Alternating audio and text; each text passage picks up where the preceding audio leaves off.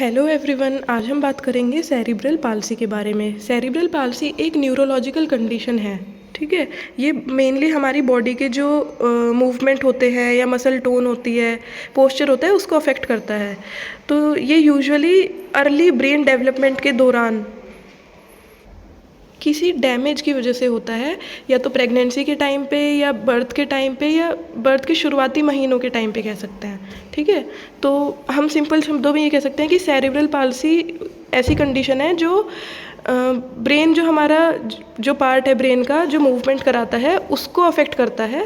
और उसके कारण बच्चा नहीं तो मूवमेंट भी नहीं कर पाता, सही से बोल भी नहीं पाता। ठीक है, बैलेंस और कोऑर्डिनेशन, उसके सारी चीज़ें लॉस हो जाती है एक तरीके से। ठीक है, हाथ पैर नहीं हिलाएगा, कुछ नहीं कर पाता, क्योंकि ब्रेन का एक पार्ट होता है जो पूरा मूवमेंट को कोऑर्डिनेट करता है। ठीक है, जब वही नहीं सही रहेगा तो बच्चा कैसे फिर रिस्पॉन्ड करेगा। तो इसके बारे में हम डीप में पढ़ते हैं। न्यूरोलॉजिकल कंडीशन है, न्यूरो का टॉपिक है ये एक।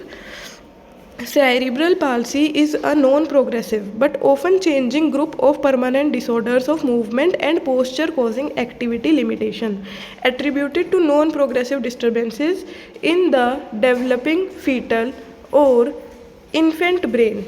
ठीक है, सेरिब्रल पाल्सी एक नॉन प्रोग्रेसिव परमानेंट डिसऑर्डर है, किस चीज़ का? मूवमेंट और पोस्चर का, जिसके कारण क्या होती है, जो हमारी एक्टिविटीज़ होती है नॉर्मल, उसमें लिमिटेशन आ जाती है, कहीं ना कहीं रुकावट आ जाती है। तो ये हमारा कब होता है? फीटल और इन्फेंट ब्रेन, मतलब जब बच्चे का जो फीटस है वो डेवलप हो रहा होता है या ब्रेन डेवलप हो रहा होता है, उसके टाइम पे। ठीक है, इटियोलॉजी और कोजेस की बात करें तो प्रीनेटल, बिफोर बर्थ। अगर बिफोर बर्थ की बात करें, जिसको प्रीनेटल कहा जाता है, तो मैटरनल इन्फेक्शन, मम्मा को कोई इन्फेक्शन हुआ हो, मदर को कोई इन्फेक्शन हुआ हो, तो उसके कारण भी देखने को मिल सकता है। बर्थ डिफेक्ट, बर्थ के टाइम पे कोई defect, genetic mutations, radiation exposure, placental insufficiency, ये सब कारण होते हैं प्रीनेटल के।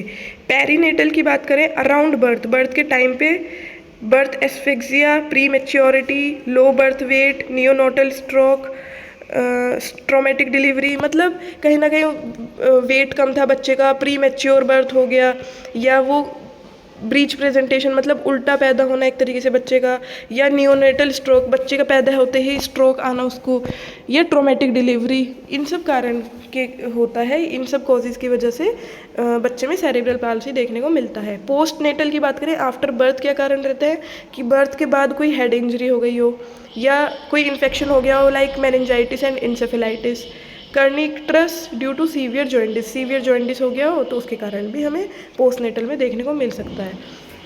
अब बात करते हैं टाइप्स ऑफ सेरिब्रल पाल्सी की। स्पास्टिक सेरिब्रल पाल्सी होता है मेन, जो बहुत कॉमनली हमें 70 से 80% लोगों में देखने को मिलता है, जिसमें क्या होता है, मसल टोन इंक्रीज हो जाती है। मसल टोन इंक्रीज होगी तो उसको कहा जाता है हाइपरटोनिया। स्टिफनेस रहेंगे और जर्की मूवमेंट्स देखने को मिलेंगे। इसके सब टाइप्स होते हैं, हेमीप्लीजिया मतलब एक साइड बॉडी की पैरालिसिस में चली जाना, डायप्लीजिया मतलब बोथ लेग्स या फिर आर्म्स पैरालिसिस में चले जाना, क्वाड्रिप्लीजिया मतलब ऑल लिम्स, चारों लिम्स जो हैं बॉडी के वो सब पैरालाइज हो जाना है, इंक्लूडिंग ट्रंक। दूसरे टाइप का सेरिब्रल पाल्सी है डिस्काइनेटिक या एथेटॉइड सेरिब्रल पाल्सी। इसमें क्या होता है, involuntary movements like chorea athetosis, fluctuating tone हो जाती है मसल्स की। तीसरे टाइप का सेरिब्रल पाल्सी है एटेक्सिक सेरिब्रल पाल्सी। इसमें पुअर कोऑर्डिनेशन एंड बैलेंस और कोऑर्डिनेशन बिल्कुल ख़राब हो जाता है। वाइड बेस्ड गेट बिल्कुल ख़राब रहता है बच्चे का। मिक्स्ड चौथे टाइप का सेरिब्रल पाल्सी है मिक्स्ड सेरिब्रल पाल्सी। इसमें क्या होता है, कॉम्बिनेशन ऑफ अबव टाइप्स, मतलब उसमें स्पास्टिक भी है, उसमें एटेक्सिक भी है, ठीक है, उसमें डिस्काइनेटिक भी है। इन सब का मिक्सचर जो होगा वो कॉम्बिनेशन ऑफ ऑल टाइप्स को कहेंगे मिक्स्ड सेरिब्रल पाल्सी। बात करें क्लिनिकल फीचर्स की, सिम्टम्स क्या देखने को मिलेंगे, मोटर डिले, लेट माइलस्टोन्स, ठीक है, एबनॉर्मल मसल टोन या तो स्पास्टिक होगी या हाइपोटोनिया होगा, या तो हाइपरटोनिक होगी या हाइपोटोनिक होगी, मतलब या तो स्टिफ होगी या फ्लैसिड होगी। पुअर पोस्चर एंड बैलेंस और पोस्चर बिल्कुल ख़राब रहेगा। Primitive reflex persistence, abnormal gait pattern भी बिल्कुल ख़राब रहेगा, उसका एबनॉर्मल रहेगा। सीजर्स पड़ते हैं कुछ केसेस में, इंटेलेक्चुअल डिसेबिलिटी हो जाती है, स्पीच, विजन और हियरिंग इम्पेयरमेंट, बोलने में, देखने में, सुनने में भी कहीं ना कहीं कुछ ना कुछ कमी रहती है, इम्पेयरमेंट रहता है। ड्रूलिंग एंड फीडिंग डिफ़िकल्टीज़, एक साइड से मुंह से सलाइवा बाहर निकलता रहेगा, स्किन थोड़ी सी लूज़ हो जाएगी अगर फ्लैसिड वाली की बात करें। फीडिंग के टाइम पे बहुत मुश्किल होती है उसको फीड कराना। बात करते हैं डायग्नोसिस की, तो क्लिनिकल इवेल्युएशन, पहले क्लिनिक में अगर वो पेशेंट आता है तो उसको इवेल्युएट करना, देन एमआरआई कराना ब्रेन का कि एग्जैक्ट कोज क्या है और कितना डैमेज है, ब्रेन का कोई पार्ट कितना डैमेज है और कोज क्या है।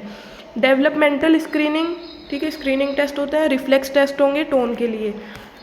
बात करेंगे रोल ऑफ फिजियोथेरेपी की सेरिब्रल पाल्सी के पेशेंट में, तो फिजियोथेरेपी इज़ अ की component of multi disciplinary management in cerebral palsy. ठीक है, गोल्स की बात करें, improve motor function and control, motor function को इम्प्रूव करेगा, कंट्रोल करेगा, स्पास्टिसिटी को कम करने की कोशिश करेगा, एबनॉर्मल मूवमेंट पैटर्न को भी रिड्यूस करेगा, इंडिपेंडेंट मोबिलिटी को प्रमोट करेगा, कॉन्ट्रैक्चर डेवलप ना हो, डिफॉर्मिटी डेवलप ना हो उसको प्रिवेंट करेगा, और उसकी जो क्वालिटी ऑफ लाइफ है उसको इन्हेंस करेगा। क्या क्या टेक्निक्स ये इंटरवेंशन फिजियोथेरेपी यूज़ करता है? NDT technique, neuro developmental therapy, Bobath approach कहते हैं। ये क्या करता है, जो नॉर्मल मूवमेंट पैटर्न है उसको फैसिलिटेट करना, ठीक है। एबनॉर्मल टोन हो रखी है मसल्स की या पोस्चर खराब हो रखा है उसको भी कहीं ना कहीं इनहिबिट करते हैं। स्ट्रेचिंग और स्ट्रेंथनिंग एक्सरसाइज कराई जाएंगी। जो टाइट मसल्स हैं उनकी स्ट्रेचिंग कराएंगे, लाइक हैमस्ट्रिंग टाइट है, अगर हिप फ्लेक्सास टाइट है तो उनकी स्ट्रेचिंग कराएंगे, और जो भी वीक मसल है कहीं ना कहीं उनकी स्ट्रेंथनिंग कराएंगे।